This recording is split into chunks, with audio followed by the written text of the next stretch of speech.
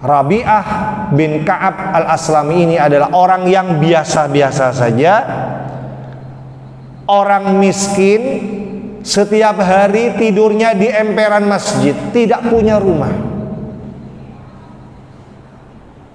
Tetapi beliau punya dedikasi yang sangat tinggi, berkhidmat kepada Rasulullah Muhammad SAW.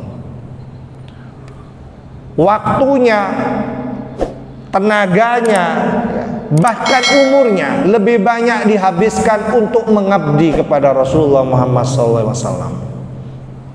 Bahkan diceritakan dalam sebuah riwayat, beliau itu juga sering ditemukan berjaga-jaga di depan pintu rumah Rasulullah, karena dari sangat inginnya mendengarkan lantunan ayat suci Al-Quran, zikir Rasulullah.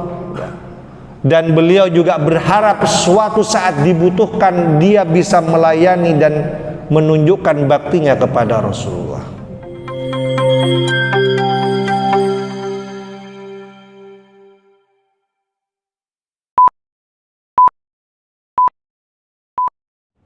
Bismillahirrahmanirrahim. Assalamualaikum warahmatullahi wabarakatuh.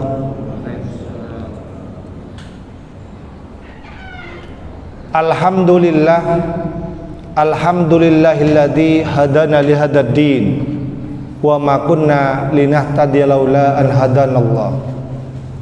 Asyhadu an la ilaha illallah wa asyhadu anna Muhammadan abduhu wa rasuluh, amma ba'd. Jamaah salat subuh yang dimuliakan Allah, mengawali kajian rutin kita pada setiap Ahad pagi, marilah kita bersama-sama memanjatkan puji syukur kehadirat Allah Subhanahu wa taala. Hingga pagi ini kita masih diberikan banyak nikmat oleh Allah Subhanahu wa taala. Diberikan nikmat sehat, alhamdulillah semua kita masih dalam kondisi sehatul afiah. Diberikan nikmat kesempatan, diberikan nikmat iman, diberikan nikmat kesadaran, semuanya kita gunakan dengan sangat baik. Pada pagi hari ini kita semua masih istiqomah menjalankan ibadah sholat subuh secara berjamaah. Semua kita yang hadir pada pagi hari ini tentunya berharap semoga apa yang kita laksanakan pada pagi hari ini menjadi bekal, menjadi sangu kita kelak menghadap Allah Subhanahu wa taala. Salawat serta salam marilah kita juga sampaikan kepada junjungan kita Nabi Muhammad SAW, kepada keluarganya, kepada para sahabatnya, dan tentunya juga kepada seluruh umatnya yang tetap setia memegang teguh ajarannya hingga akhir zaman nanti. Bapak Ibu sekalian, jamaah sholat subuh yang dimuliakan Allah, pada pagi hari ini kita masih konsisten juga untuk mengaji bersama-sama dan ini saya harapkan menjadi resolusi kita pada tahun ini, supaya kita lebih meningkatkan kesungguhan kita dalam mengaji, dalam belajar, seperti yang saya sampaikan pada pertemuan sebelumnya. Kenapa itu? Karena kita menyadari bahwa kebutuhan kita terhadap ilmu, termasuk ilmu agama itu, ternyata lebih primer, lebih sering kita butuhkan daripada sekedar kebutuhan kita terhadap makan dan minum. Imam Ahmad ketika ditanya, Imam Ahmad ini adalah salah satu murid kesayangan Imam Syafi'i. Ketika ditanya beliau lebih primer mana antara ilmu agama dengan makan dan minum, beliau menjawab, kalau mau jujur, aku lebih butuh terhadap ilmu, terutama ilmu agama, daripada kebutuhan terhadap makan dan minum. Kenapa itu bisa beliau sampaikan seperti itu? Ya. Kalau kita uji pada hari ini, ya, seperti yang saya sampaikan pada pertemuan sebelumnya, ya, kebutuhan kita terhadap makan dan minum itu, ya, sebenarnya hanya 3 sampai 5 kali kalau misalnya ada yang sering makan dalam sehari, ya. Tapi yang umum itu kita makan itu 3 kali, pagi, siang, dan malam. Itu yang umum. Seandainya ada yang suka makan, paling nambahnya 2 kali, sehingga dari 3 kali menjadi 5 kali. Itu saja kebutuhan kita terhadap makan dan minum. Sebaliknya, kebutuhan kita terhadap ilmu agama itu bisa berkali-kali, tidak hanya 3 kali atau bahkan tidak hanya 5 kali. Dari sejak kita bangun tadi sekitar jam 3, pertama kali kita bangun, yang kita butuhkan itu adalah ilmu agama.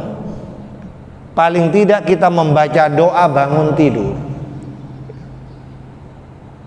Tidak butuh sate, tidak butuh gulai, tidak butuh lalapan. Baru bangun tidur kita butuh ilmu tentang doa setelah bangun tidur. Setelah itu kita masuk kamar mandi, butuh ilmu agama lagi. Doa untuk masuk ke kamar mandi, terutama kita mau buang hajat misalnya, ya. Tidak butuh rujak, ya. Tidak butuh soto, ya. 5 menit pertama kita bangun, yang kita butuhkan adalah ilmu agama. Dan hingga pagi ini kita melaksanakan kewajiban kita sebagai hambanya yang beriman, semuanya itu ada ilmunya. Oleh karena itu, ya, adalah wajar kalau kita berharap kita bisa meningkatkan belajar kita, mengaji kita. Kenapa? Karena kebutuhan kita terhadap ilmu agama itu ternyata lebih primer, lebih sering daripada kebutuhan kita, termasuk yang sering setiap hari kita cari adalah makan dan minum itu. Jamaah yang berbahagia, oleh karena itu berbahagialah kita di tengah-tengah kesibukan kita, ya, kita masih punya waktu untuk belajar, walaupun sebatas habis maghrib, habis subuh, menyempatkan waktunya walaupun beberapa menit untuk belajar. Jamaah yang berbahagia, ini yang pertama. Kemudian yang kedua, materi kita pada pagi hari ini, saya ingin memulai dari sebuah riwayat, ya. Seorang sahabat yang tidak populer, tidak terkenal, ya. Namanya kalau saya sebutkan mungkin di antara kita baru mendengar, ya. Tetapi siapa yang menyangka ternyata beliau ini memiliki keistimewaan yang sangat luar biasa, ya. Namanya adalah Rabi'ah bin Ka'ab al-Aslami. Siapa di antara kita yang pernah mendengar nama itu? Saya yakin sebagian besar kita tidak pernah mendengar nama itu. Tidak seterkenal Khalid bin Walid, ya, panglima perang yang gagah dan berwibawa itu. Tidak seterkenal Abdurrahman bin Auf, sang pengusaha kaya nan dermawan itu. Tidak seterkenal pemimpin bernama Abu Bakar, Umar, Utsman, dan Ali, yang maha adil dan bijaksana itu. Rabi'ah bin Ka'ab al-Aslami ini adalah orang yang biasa-biasa saja, orang miskin, setiap hari tidurnya di emperan masjid, tidak punya rumah.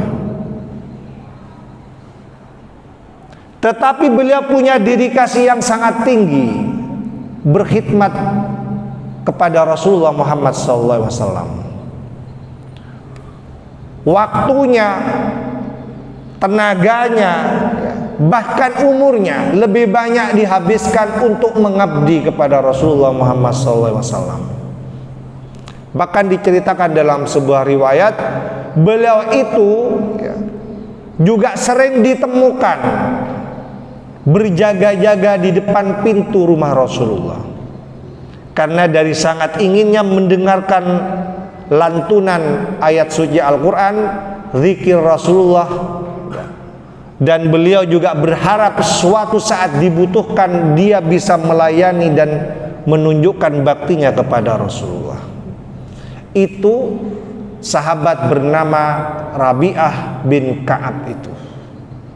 Singkat cerita, dalam sebuah kesempatan Rasulullah memanggil beliau. Dari sangat seringnya ditemukan selalu berada dekat dengan Rasulullah, Rasulullah memanggilnya, "Wahai Rabi'ah, sudah cukup waktumu mengabdi berdekatan denganku. Sekarang saatnya kamu meminta sesuatu kepadaku." Dalam bahasa kita mungkin kamu harus minta sesuatu, apa saja pasti aku penuhi. Jadi open, terbuka, mau minta apa saja, unlimited, tidak dibatasi, mau minta apa saja pasti aku penuhi. Mendengar ucapan Rasulullah ini, Rabi'ah itu kaget. Tidak seperti kita mungkin, kalau kita diberi tawaran seperti itu pasti sangat senang dan mungkin sudah siap jawaban. Seperti kita misalnya dekat sama presiden, dekat sama menteri, dekat sama gubernur, sama pejabat-pejabat, kan senang ya. Siapa tahu suatu saat nanti ditanya apa sudah siap jawabannya. Rabi'ah itu nggak siap. Kenapa? Karena beliau sangat tulus dan ikhlas dalam mengabdi kepada Rasulullah. Sehingga ketika ditanya yang seperti itu, beliau kaget dan tidak bisa menjawab pada waktu itu. Dengan mengatakan, "Wahai Rasulullah, berikan waktu kepadaku untuk berpikir, untuk menjawab harapanmu itu, penawaranmu itu." Kenapa sampai seperti itu? Ya wajar, karena beliau melakukan itu dengan penuh ketulusan dan keikhlasan. Sehingga ketika ditanya, "Kamu mau minta apa?" belum siap dengan jawaban. Karena memang dia tidak butuh apa-apa. Kok ditanya seperti itu? Minta waktu. Singkat cerita, setelah beberapa waktu, beberapa hari, beliau merenung ingin meminta apa, kemudian beliau menemukan jawabannya. Dan Rasulullah kemudian bertanya, "Sudahkah kamu siap untuk menjawab apa yang aku sampaikan pada hari-hari kemarin?" Sudah siap ya Rasulullah.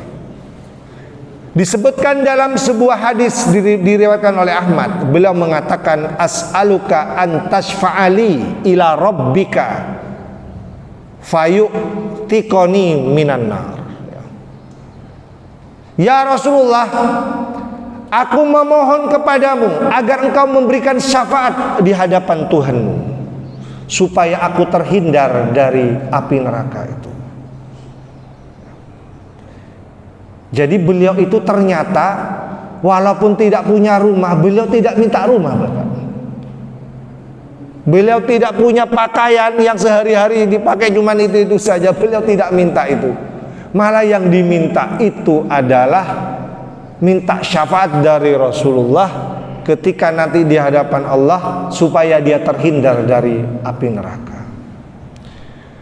Dalam hadis yang lain disebutkan beliau mengatakan, "As'aluka murafaqataka finnar, murafaqataka fil jannah." Mohon maaf ya. Saya ulangi sekali lagi, disebutkan dalam hadis yang lain, as'aluka murafaqataka fil jannah. Ya Rasulullah, aku ingin membersamaimu di surga nanti. Jadi yang pertama tadi, ya, beliau minta syafaat supaya terhindar dari api neraka, berarti beliau itu ingin masuk surga, ya, ingin terhindar dari neraka, ingin masuk surga, dan tidak tanggung-tanggung yang diminta. Yang diminta itu tidak mau masuk surga biasa-biasa. Beliau itu ingin bersama Rasulullah, dekat dengan Rasulullah. Jadi tidak hanya sekedar ikut-ikutan masuk, ya.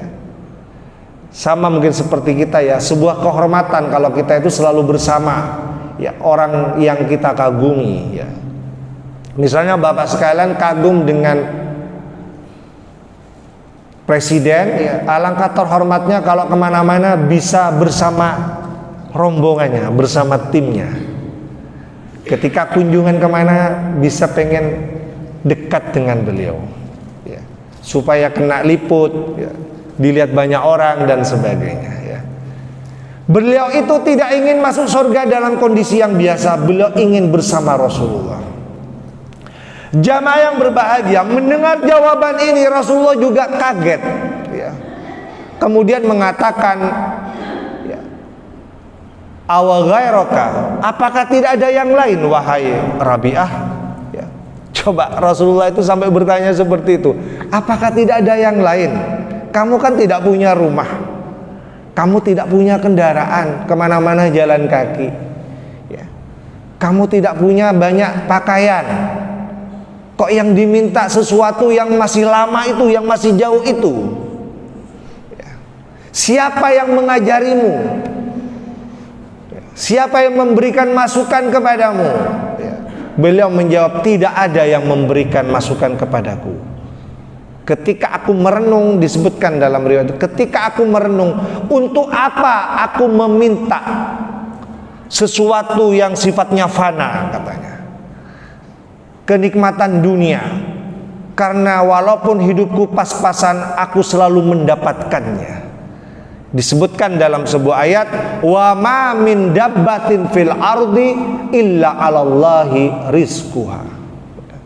Tidaklah semua yang hidup di dunia itu kecuali sudah ditanggung rezekinya oleh Allah Subhanahu wa taala.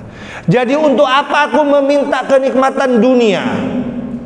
Walaupun hidupku pas-pasan, aku selalu mendapatkan rezeki dari Allah Subhanahu wa taala.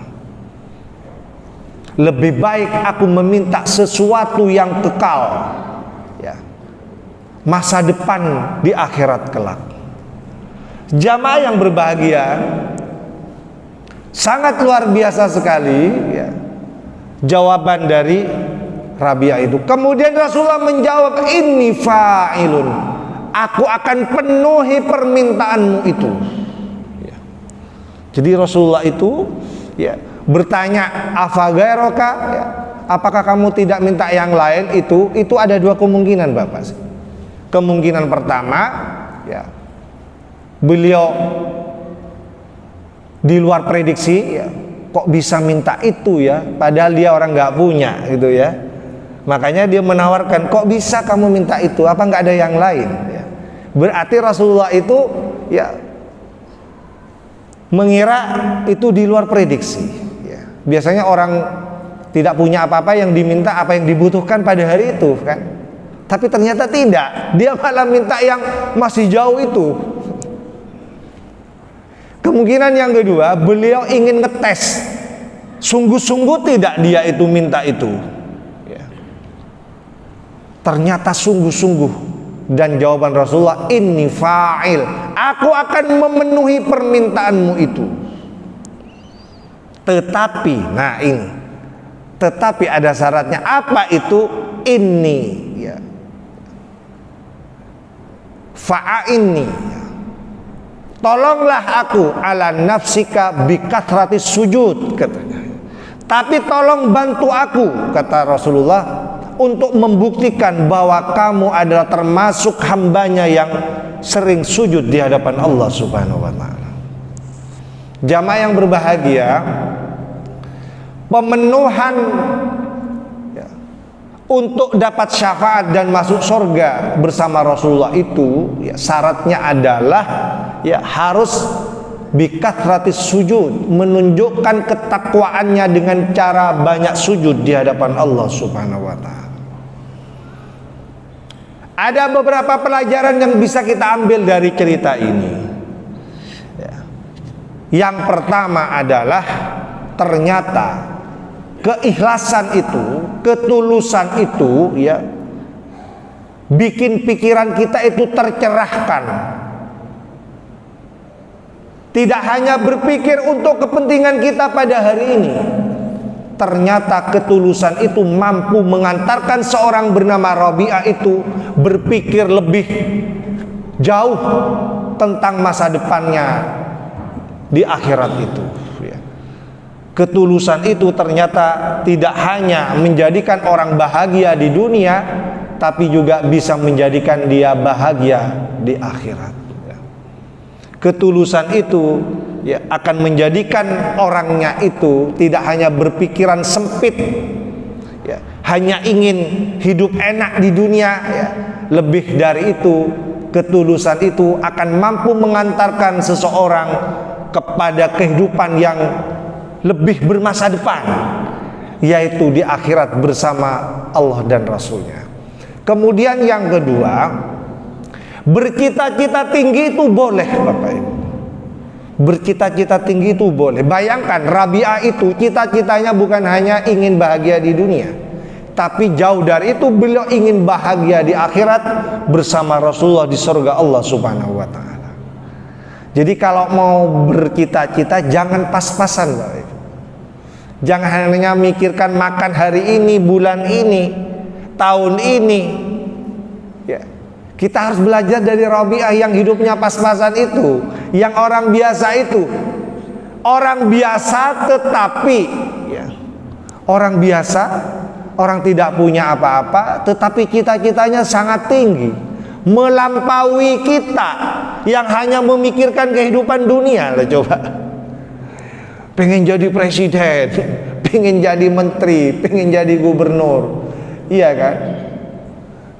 Rabi'ah itu yang orang biasa-biasa, hidupnya pas-pasan, cita-citanya lebih tinggi dari kita-kita yang hanya disibukkan dengan urusan dunia.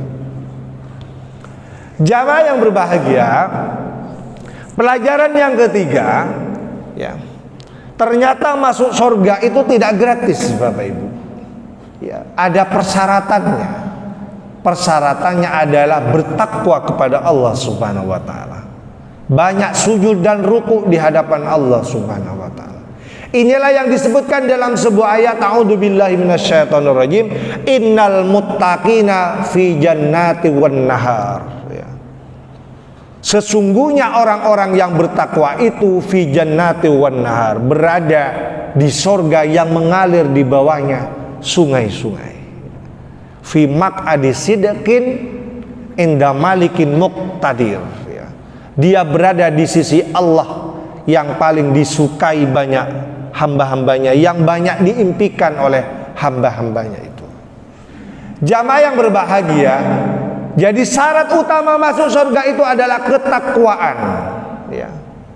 Ketakwaan. Innal muttaqina fi jannati wan nahar. Sesungguhnya orang-orang yang bertakwa itu akan ada di surga yang mengalir di bawahnya sungai-sungai. Apa itu takwa? Ya. Seperti umumnya kita pahami, takwa itu adalah ada'u awamirihi wajtinabu nawahihi ya. Jadi takwa itu adalah manakala kita bisa melaksanakan perintah-perintahnya dan kita bisa meninggalkan larangan-larangannya. Jamaah yang berbahagia, takwa itu mudah diucapkan Bapak Ibu, tapi sulit untuk dibuktikan. Sulit untuk dibuktikan ya. Kenapa Ustadz? Perintah Allah itu, di dalam perintah itu ada beban Bapak. Perintah itu ada beban. Larangan itu ya, banyak larangan itu justru yang enak-enak. Saya ulangi sekali lagi ya. Kenapa takwa itu hanya mudah diucapkan dan sulit untuk dilaksanakan? Iya, karena kalau kita ikuti pengertian tadi ya, mengerjakan perintah-perintah, mengerjakan perintah itu ada beban loh. Ya, ada beban. Meninggalkan larangan itu juga eman, karena di dalam larangan itu ternyata banyak yang enak-enak. Pingin bukti enggak? Ayo kita buktikan sekarang ya. Perintah sholat itu beban. Bapak ibu tadi bangun dari tidur, itu perjuangan. Itu perjuangan, Pak. Apalagi hujan, dingin, kasurnya masih empuk, selimutnya masih hangat. Berat. Belum lagi yang perintah-perintah yang lain. Puasa. Kalau yang tidak terbiasa puasa, di awal-awal lihat loyo semua. Naik haji, kalau nggak punya uang nggak bisa naik haji. Nunggu lagi sampai berbelas-belas tahun, berpuluh-puluh tahun. Berat, bebannya berat. Sementara meninggalkan larangan itu, ya, larangan itu enak-enak loh Bapak. Larangan itu umumnya enak-enak. Misalnya ngomongin orang sambil ngopi, ditemani kopi, ditemani gorengan, itu enak. Bisa-bisa sampai jam 3 nggak tidur, Pak. Itu ada teman saya, kalau ngobrol-ngobrol, diskusi di kafe itu, ditemani kopi, ya, rokok, nggak habis tuh ngomongin orang itu. Kenapa? Karena enak, ngomongin orang itu enak loh Bapak. Tapi itu dilarang. Bisa nggak kita meninggalkan itu? Menggunakan HP, menghabiskan waktunya dengan HP itu enak. Sampai lalai dengan sholatnya, lalai dengan ibadahnya. Ya, main game. Ya, sampai lupa waktu. Ya. Itu sesuatu yang enak. Bisa nggak kita meninggalkan itu? Ya.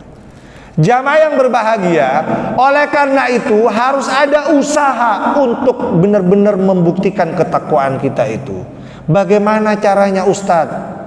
Ya, supaya kita bisa membuktikan ketakwaan itu, supaya kita semangat beribadah dan malas bermaksiat itu. Bagaimana caranya? Supaya kita semangat mengerjakan perintah-perintahnya, semangat beribadah, dan malas bermaksiat atau malas ya untuk ya, berbuat yang dilarang itu. Ada caranya, paling tidak ada 3 ya. Dalam waktu yang singkat ini semoga waktunya barokah, disampaikan secara singkat ya. Yang pertama, caranya supaya kita itu ya semangat beribadah dan malas bermaksiat ya. Supaya kita itu ringan mengerjakan ibadah ya, dan tidak berat meninggalkan larangannya ya. Karena sekali lagi ya, perintah itu banyak loh Bapak ya. Perintah Allah itu banyak, larangan Allah itu juga banyak ya. Makanya ada istilahnya mukallaf. Mukallaf itu adalah orang yang dibebani. Jadi kita itu kalau seorang mukmin itu mukallaf. Artinya apa? Kita dibebani. Bebannya apa? Mau tidak mengerjakan perintah Allah, mau tidak meninggalkan larangan Allah itu. Ya. Jadi yang pertama, supaya kita bisa ya semangat beribadah dan malas bermaksiat, ya. Semangat untuk melaksanakan perintah Allah ya, dan malas ya, bermaksiat, ya, ringan meninggalkan larangan Allah ya. Yang pertama adalah lakukan secara bertahap ya. Tipsnya begitu, lakukan secara bertahap. Kenapa seperti itu Ustaz? Iya, karena kita menyadari perintah Allah itu banyak loh Bapak ya. Bukan hanya sholat, bukan hanya zakat, bukan hanya naik haji ya. Banyak sekali. Apalagi kita bermuamalah ya, perintah-perintah itu banyak, larangan Allah itu juga banyak. Tidak bisa kita kemudian langsung semuanya dikerjakan.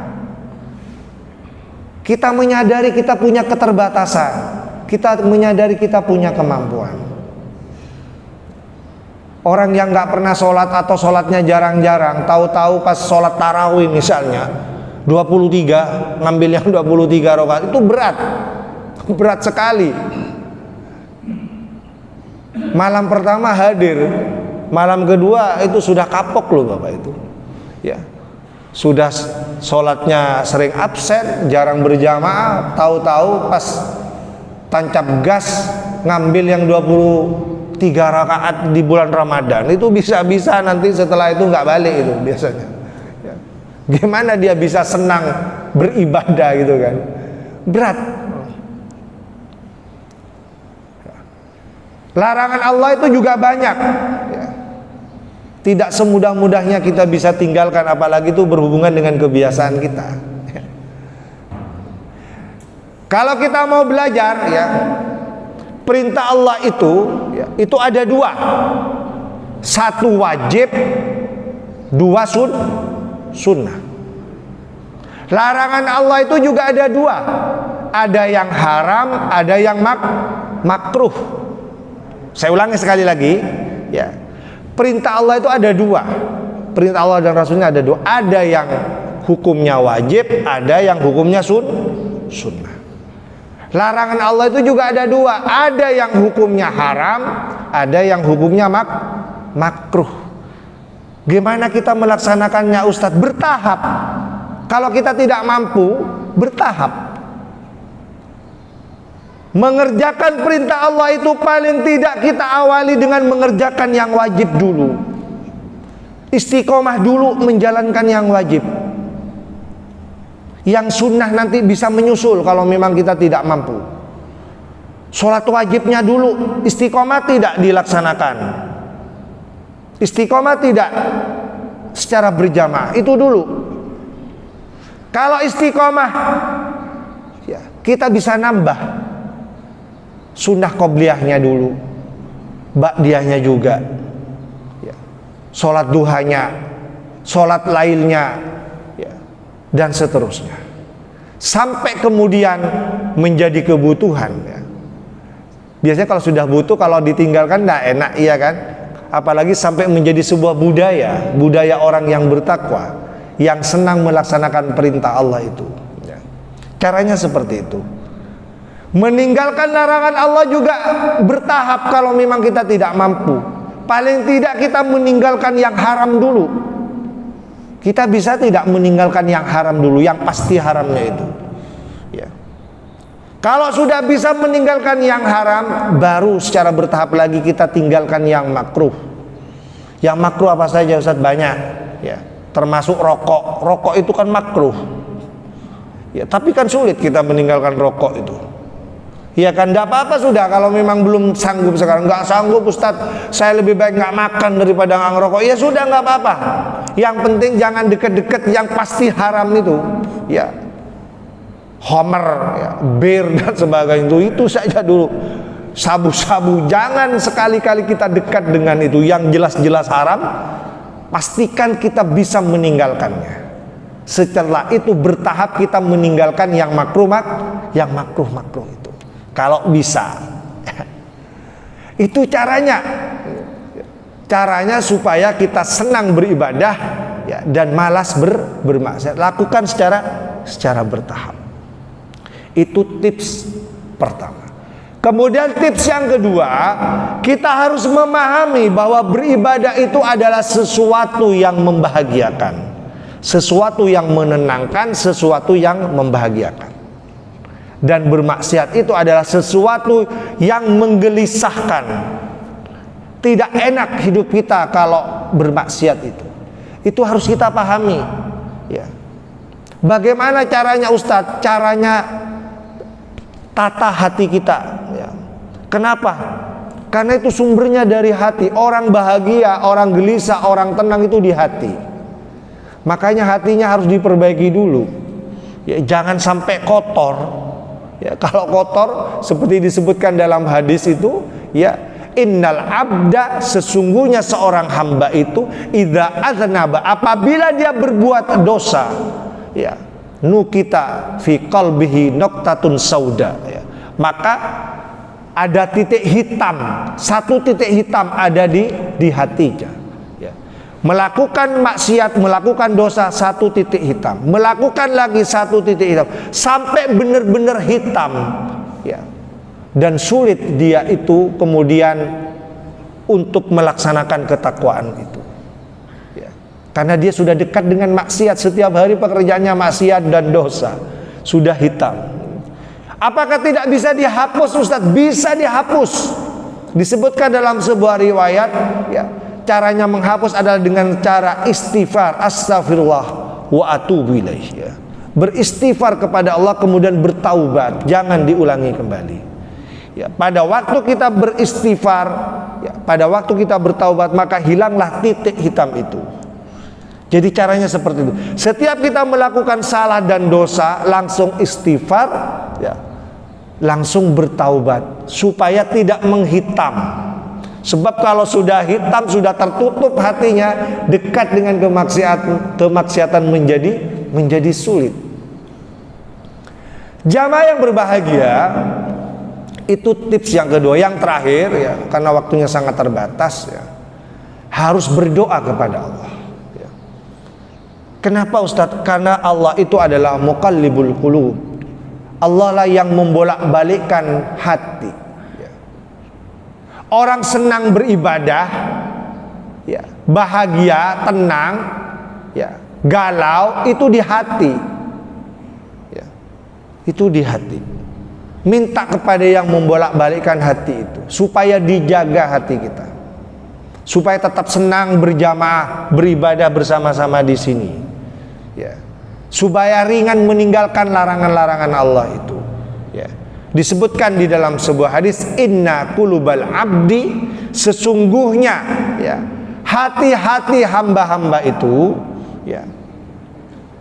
Di dalam hadis ini disebutkan, ya, bahwa sesungguhnya, ya, hati hamba-hamba itu berada di mana? Baina usbu'aini min asabi'ir rahmani yuqallibuha, ya, kaifasya, ya. Disebutkan dalam hadis ini, sesungguhnya hati-hati umatku itu, ya, kata Rasulullah itu, baina asbu'aini, berada di dua jari Allah Subhanahu wa taala, ya. Jadi hati-hati kita itu ada di antara dua jari Allah, ya, yuqallibuha, ya. Kemudian Allah bisa membolak-balikannya kaifasya, sesuai kehendaknya. Oleh karena itu, supaya hati kita terjaga untuk tetap istiqomah, ya, untuk tetap istiqomah beribadah, bertakwa kepada Allah, jangan lupa selalu berdoa kepada Allah, semoga hati kita itu dijaga, ya, tetap bersih, ya, menebarkan bau harum, beribadah dan beramal soleh, ya. Bukan sebaliknya menebarkan maksiat, bau busuk dibawa kemana-mana. Bapak Ibu sekalian, inilah yang bisa saya sampaikan pada kesempatan pagi hari ini, ya. Semoga bisa diingat, ya. Ya, caranya bertakwa itu, ya, pertama, saya ulangi sekali lagi sebelum ditutup, lakukan secara bertahap. Kalau memang kita tidak bisa melaksanakan semuanya, ya. Karena kalau memindahkan bata, ya, kalau kita beli bata satu truk, ya kita pindahkan satu-satu. Jangan kemudian diambil semuanya, nggak mampu kita, ya. Ambil satu-satu. Kemudian yang kedua, ya, pahami bahwa ibadah itu ternyata menenangkan dan membahagiakan kita. Dan maksiat itu bikin kita galau, bikin kita sengsara, bikin kita gelisah.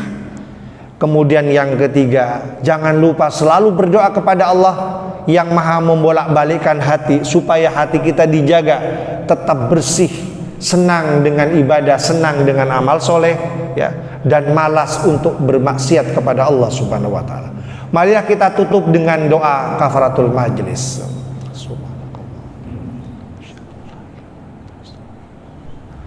Assalamualaikum warahmatullahi wabarakatuh.